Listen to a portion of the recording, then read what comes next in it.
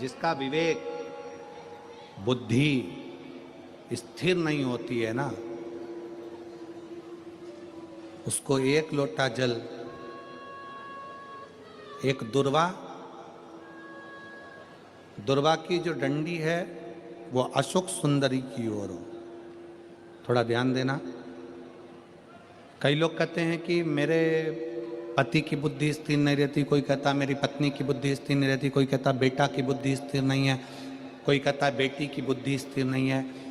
कई डॉक्टर कह देते हैं कि इसको मिर्गी का दौरा आने लगा या इसको ये दौरा आने लगा। तो उस समय पर थोड़ा ध्यान देंगे। ये शिवलिंग जलाधारी, ये जल बहने का स्थान, गणेश कार्तिकेय, बीच में अशोक सुंदरी, ये पार्वती जी का हस्त कमल, ये शिवलिंग शंकर भगवान का प्रतीक। ऊपर से जो एक एक बूंद पानी गिर रहा है, शंकर जी की 5 बेटियां जया, विषहरा, शामली बारी, दौतली और देव, ये ऊपर से जल गिराते। एक बेलपत्र, डंडी का मुख अशोक सुंदरी की ओर, एक दुर्वा, डंडी का मुख अशोक सुंदरी की ओर, और जल चढ़ाने का स्थान 3। पहला, शिवलिंग का जल अगर इधर बह रहा है तो इधर खड़े होकर, दूसरा जल उसी पानी का एक ही लोटा, थोड़ा सा जल इधर से, थोड़ा इधर से खड़े होकर, थोड़ा इधर से खड़े होकर, कर्ण घंटेश्वर महादेव जो कि काशी में विराजते हैं, कर्ण घंटेश्वर महादेव के नाम से 3 स्थान से जल चढ़ाया जाए। और वो जल का आचमन, जिसका मस्तिष्क काम ना करता हो, दिमाग काम ना करता हो, स्थिर ना रहता हो, मिर्गी के भी अगर दौरे आते हों तो उस जल का भाग उसको अवश्य दीजिए। धीरे धीरे उसकी बुद्धि और विवेक काम करना चालू करेगा। और साथ में जो मिर्गी के दौरे आ रहे हैं, वो मिर्गी के दौरे भी, इसका एक प्रमाण आया है पत्र। इसमें एक पत्र पढ़ने के बाद में फिर आपको इसका वर्णन करेंगे। भारती हरि पवार में सूरत अड़ाजन, सूरत, अब तुम पढ़ के बता दो मेरे को क्या लिखा है जरा। अड़ाजन, अड़ाजन सही बोला है ना? फिर तो अपन भाई भाई हो गए, ठीक है। अड़ाजन, पालनपुर जकात नाका, अड़ाजन बिस्तौर की निवासी हूँ। बहुत बड़ा एड्रेस है दादा, ठीक है। मेरा मोबाइल नंबर ये है, कहीं बैठी हो तो हाथ हिला देना, अगर कहीं बैठी हो तो हाथ हिलाइएगा।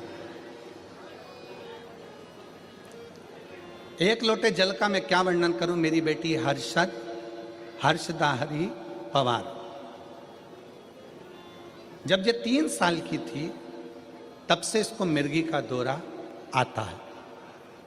हम बहुत परेशान थे, कई डॉक्टरों को दिखाया पर आराम नहीं लगा, फिर भी आराम नहीं आया। एक दिन मेरी माँ फोन पर भी, आप आस्था चैनल पर प्रदीप मिश्रा की कथा आती है वो सुनो, उसने बोला गांव से मेरी मौसी का फोन आया, बेटी तू तबीयत पूछने के लिए। उन्होंने कहा पशुपतिनाथ का व्रत करो, तेरी बेटी ठीक हो जाएगी। बाबा, मैं भगवान को मानती नहीं थी, आलू प्याज का ठेला करती हूं, गरीबी में जिंदगी जीती हूं। पर मेरी सहेली मिली, उसने भी बताया कि आस्था चैनल पर कथा आती है वो सुनो। एक लोटा जल महादेव पर चढ़ाने का क्या फल होता है, मैंने आस्था चैनल पर कथा सुनी, अपनी बेटी को भी सुनाई। और बीच में कथा सुनते सुनते भी मेरी बेटी को दौरे आते। गुरुदेव, मुझे भगवान पर भरोसा बिल्कुल नहीं था, पर पहली बार आस्था चैनल पर कथा सुनने के बाद मैंने भरोसा किया और मेरी सहेली सीहोर गई, वहां से रुद्राक्ष ला कर दिया, उसका जल शिव को चढ़ाकर पिलाना प्रारंभ करा। मेरी बेटी को मैं धूलिया कथा के पंडाल में लेकर चली गई, क्योंकि आप कहते हो कि पंडाल में बैठकर जो मांगा जाता है भगवान देता जरूर है। मैं धूलिया के कथा पंडाल में बेटी को लेकर गई, बेटी को वहां पर लेकर बैठी ही थी कि सवेरे 8 बजे बेटी को मिर्गी का दौरा आ गया। सुबह 8 बजे कथा पंडाल में जब मिर्गी का दौरा आया, पर मेरी बेटी हमेशा जब मिर्गी के दौरे में आती थी तो दिन भर पड़ी रहती थी, उठ नहीं पाती थी। उस दिन मेरी बेटी 1.5 घंटे के अंदर उठकर बैठ गई। डॉक्टरों को ले जाकर दिखाया, 15 मिनट वो तो कहते थे कि ये उठेगी, परंतु इसके साथ मिर्गी का दौरा चलता रहेगा। तब मेरी सहेली ने कहा तू चिंता मत कर, बाबा पर भरोसा कर, शंकर जी पर, और 1 लोटा जल चढ़ाना प्रारंभ कर। और मेरी बेटी पढ़ाई भी करने लगी और 1 लोटा जल भी चढ़ाने लगी। गुरुदेव, क्या कथा के पंडाल में ऐसा क्या है? कथा के पंडाल में ऐसा क्या है? गुरुदेव, 3 वर्ष की उम्र से मेरी बेटी को मिर्गी के दौरे आ रहे थे। वो आज की स्थिति में कॉलेज में पढ़ रही है और उसके दौरे आने के कारण वो विवेक से काम नहीं कर सकती थी।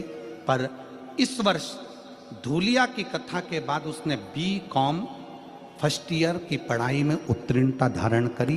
मिर्गी के दौरे के बाद धूलिया की कथा सुनकर हम 3 महीने, आप कहते हो 1.5 महीना नहीं हुआ, और 1.5 महीने बाद उसको आखिरी मिर्गी का दौरा आया। और दौरे आने के बाद आज तक उसको मिर्गी का दौरा नहीं आया। मैं बाबा को यहाँ प्रणाम करने के लिए आया, मैं शिव को नमन करने के लिए। तो शिव तत्व कह रहा है, भगवान शंकर की कथा कर, शिव उपासना।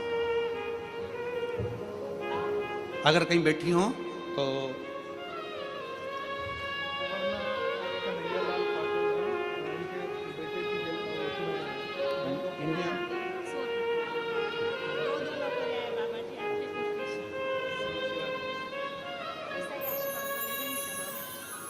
बैंक ऑफ बड़ौदा में इनके बच्चे की नौकरी लगी। एक बार जोरदार ताली बजाओ।